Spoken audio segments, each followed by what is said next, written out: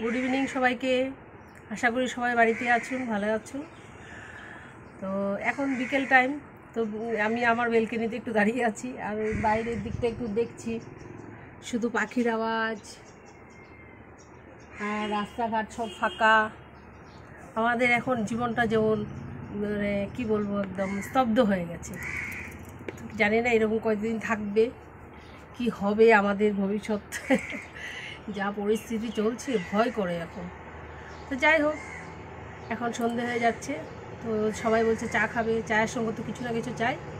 তো আজকে আমি দুটো ইনগ্রিডিয়েন্টস দিয়ে একটা পকোড়া তৈরি করে আপনাদেরকে দেখাবো। তো আমি যেই দুটো ইনগ্রিডিয়েন্টস কথা বলেছি এগুলো সবার বাড়িতেই থাকে, তো বাড়িতেই রয়েছে এগুলো। এই দুটো জিনিস দিয়ে আমি একটা পকোড়া তৈরি করবো, কিন্তু পকোড়াটা খেতে খুব টেস্টি হয়। তাহলে চলুন যাই রান্নাঘরে গিয়ে আমি আপনাদের সঙ্গে এই রেসিপিটা শেয়ার করছি। পকোড়াটা তৈরি করতে মেন দুটো লাগছে হলো ডিম আর সুজি, আর স্পাইসিস লাগবে একটু শুকনো লঙ্কা গুঁড়ো, নুন তো লাগবে স্বাদ মতো, একটু সামান্য হলুদ গুঁড়ো দেবো। এই কয়েকটা জিনিস দিয়ে এই পকোড়াটা তৈরি করব, খুব টেস্টি এবং স্পাইসি হয়। তো প্রথমে আমি একটা বড় সাইজের বাটি নিয়ে নিয়েছি, সুজিটা ঢেলে দেব, তারপর ডিম দুটো দিয়ে দিব, আর দিয়ে দিব খুব সামান্য হলুদ, 1 চামচের 4 ভাগের 1 ভাগ, আর দিয়ে দিব হাফ চা চামচ শুকনো লঙ্কা গুঁড়ো, আর নুন দিয়ে দেব স্বাদ মতো। এবারে আমি সবগুলো একসঙ্গে মিক্সড করে নেব।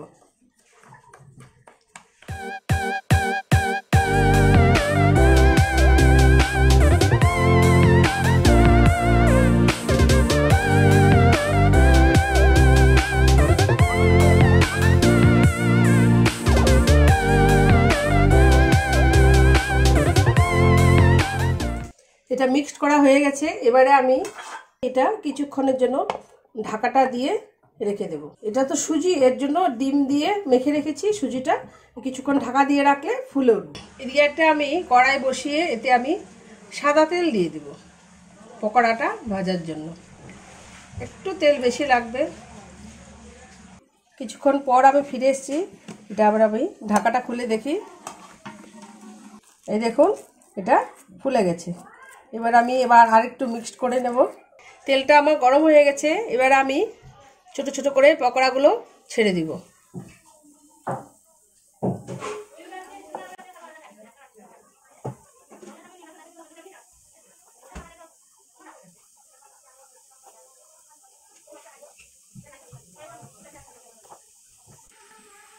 দেখুন পকোড়াগুলো আমি একদম ছোট ছোট করে দিয়েছিলাম, কি সুন্দর ফুলে উঠেছে। এবার আমি আস্তে আস্তে উল্টে দেব।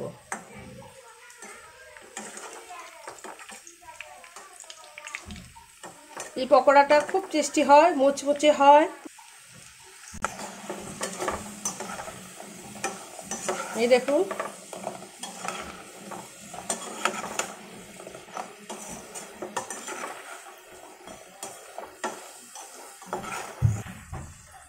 পকোড়াটা তৈরি হয়ে গেছে, এটা আমি নামিয়ে নেব। এটা বেশি সময় লাগে না, 2-3 মিনিটের মধ্যেই ভাজা হয়ে যায়, খুব বেশি লাল করতে লাগে না।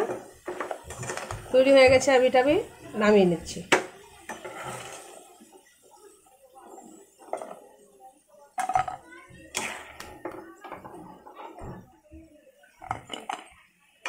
দেখুন পকোড়াগুলো খুব সুন্দর হয়েছে, একদম মুচমুচেই, দেখুন একদম মুচমুচে আওয়াজ হয়, খুব টেস্টি এবং স্পাইসি। এটা বাড়িতে অবশ্যই একবার ট্রাই করবেন, ট্রাই করে কমেন্ট করে আমাকে জানাবেন। আর এখন তো এই অবস্থায় আমরা সন্ধ্যের সময় চায়ের সঙ্গে বাইরের থেকে তো কিছু কিনে আনা সম্ভব না, তাই একদম ঝটপট বানিয়ে ফেলতে পারবেন এই সিম্পল পকোড়াটি। তাহলে আমার এই রেসিপিটা কেমন লাগলো আমাকে কমেন্ট করে জানাবেন। খুব সুন্দর, এটা খেতে খুব ভালো হয়, মচমচে হয়।